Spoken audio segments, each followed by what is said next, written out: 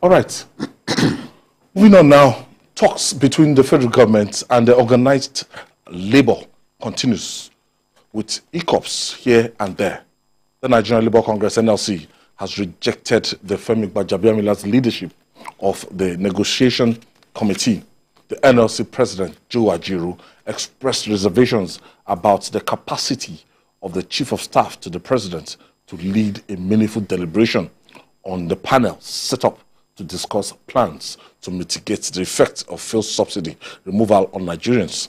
The NLC President lamented that the wage award committee set up by the President Bola Tinubu is yet to meet 2 months after it was constituted. Jide, is this in any way doubting the capability of Femi Gbajabiamila? I remember that the Nigeria, as ASU impasse that was resolved by this same Femi Gbajabiamila as the Speaker of the House of Representatives. The Nigerian Labour Congress now is saying that, look, it's saying the Chief of Staff is kind of too busy for this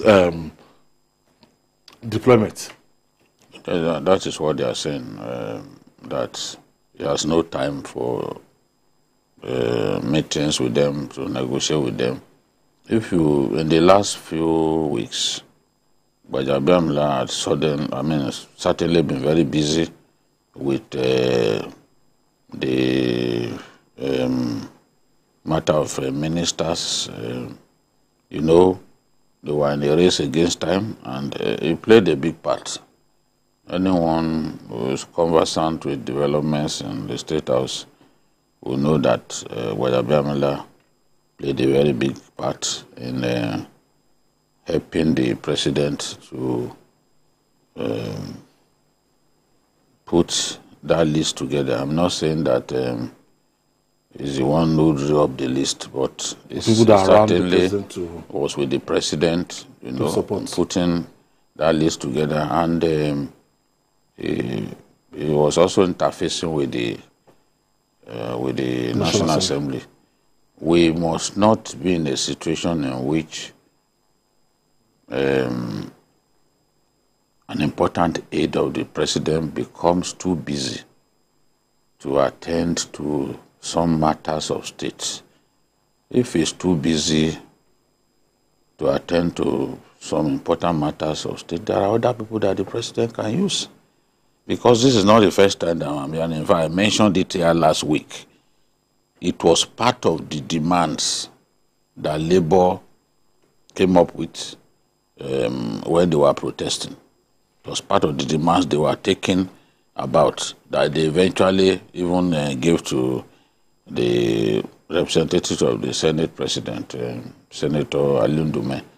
They demanded that Gbajabiamila should be removed, that he doesn't have time for their meetings. They demanded also that ASU, those months of unpaid wages to ASU, that they should go ahead and pay them. Yes, those 8 months wages to ASU should be paid. They talked about the refineries, although invariably the president has switched their fears about the refineries. So, and of course, they made the demand that we should return to the pre-subsidy removal era, which is a pipe dream. Nobody will return to the pre-subsidy removal era except that person wants Nigeria to suffer a fiscal debt. Because we were hanging on a fiscal cliff before that decision was made. You know, and when you are at the edge of the cliff, you know that even breeze can blow you, and then you find yourself going down. So it's I just hope that issue, because there are some things that they said that are verifiable. If indeed meetings are difficult to convene, and they've not been having meetings, how will they solve the problem? When are they going to be able to even argue and then come up with negotiation is subject to you have to meet regularly. Yes, even till late night. Thank God the matter of the ministerial nomination has been put to bed now. Yeah. So he should be able to find the time. He just needs to check, because I don't want to believe that everything they said about him is untrue. I may not like some of the sometimes childish verbal assaults from Ajaero, because when you are negotiating with people and you want them to feel comfortable sitting with you, you can't be abusing them, calling them unconscionable people, you know. Even you are even telling the people that you are sure that they are not ready to agree to anything. No, that's too, it's too early to say that. You know, so, but that is not to say that everything that they say, there's no value to it. If they are saying that the man is too busy, then now with this, the matter of ministers is gone. He should be able to find the time to call them. So again, this should not be a big deal at all. Mr. President, now the ministers should be in place, and just the swearing in, after swearing them in, we have capable hands that can meet. So frontally, there will be, there's going to be a minister for labor and productivity. Yes, the Femi Gbajabiamila that we knew as the Speaker of the House of Representatives is different from the Chief of Staff to the President. The job is enormous now. This is a man that, for you to see the President, you must go through him. And there's nothing that the Chief, in fact, in some clients, people believe that the Chief of Staff is even the Vice President to some extent, if you know the kind of job they do. Yes, yes. So in America, very powerful, very exhausted position. So he is busy, and I believe that when the President appointed him then was because of the exigencies. There was no cabinet in place. Everything they practically know. But what the President had then was special advisors.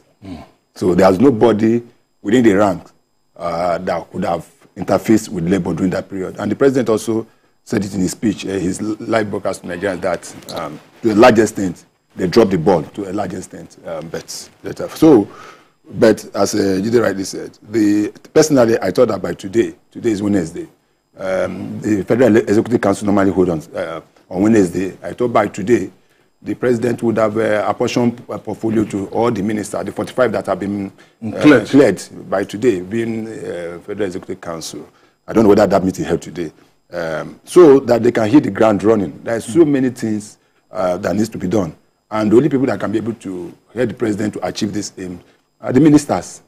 The PAMSEC, the directors, and those are the first line of in charge when it comes to issues like this. So, but for labor, you can't blame labor, because if you set up a committee and for 2 months, this particular this one, I don't blame labor at all, because lamented that the wage award committee. They said there have instances where set up by the President. Yes, he said there are instances that they were invited to the villa, and they went there and they don't see anybody. It's just junior staff, 1 or 2 junior staff that cannot even take decision on behalf of this thing. So I should believe that since the President has been able to roll out the palliatives, be able to roll out the roadmap to this issue, then I think this issue should be solved once and for all. And so that we don't have it, you have to understand that, for one, Labour threatened to go on strike again in August because of the court case they have at NIC, National Industrial Court. But the federal government have withdrawn that.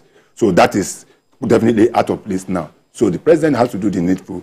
If the Chief of Staff, which I believe is very busy, then we can look for other people that can be able to negotiate with them. Even the senators. There are some senators. I'm looking at the tripartite committee made of even members of the National Assembly, the senators, House of Representatives, even governors, then the presidency. So that whatever decision is being taken, everybody will be on the same page. But at least I don't think there's anywhere Labour has faltered in this thing. This meeting just have to hold so that we can move ahead.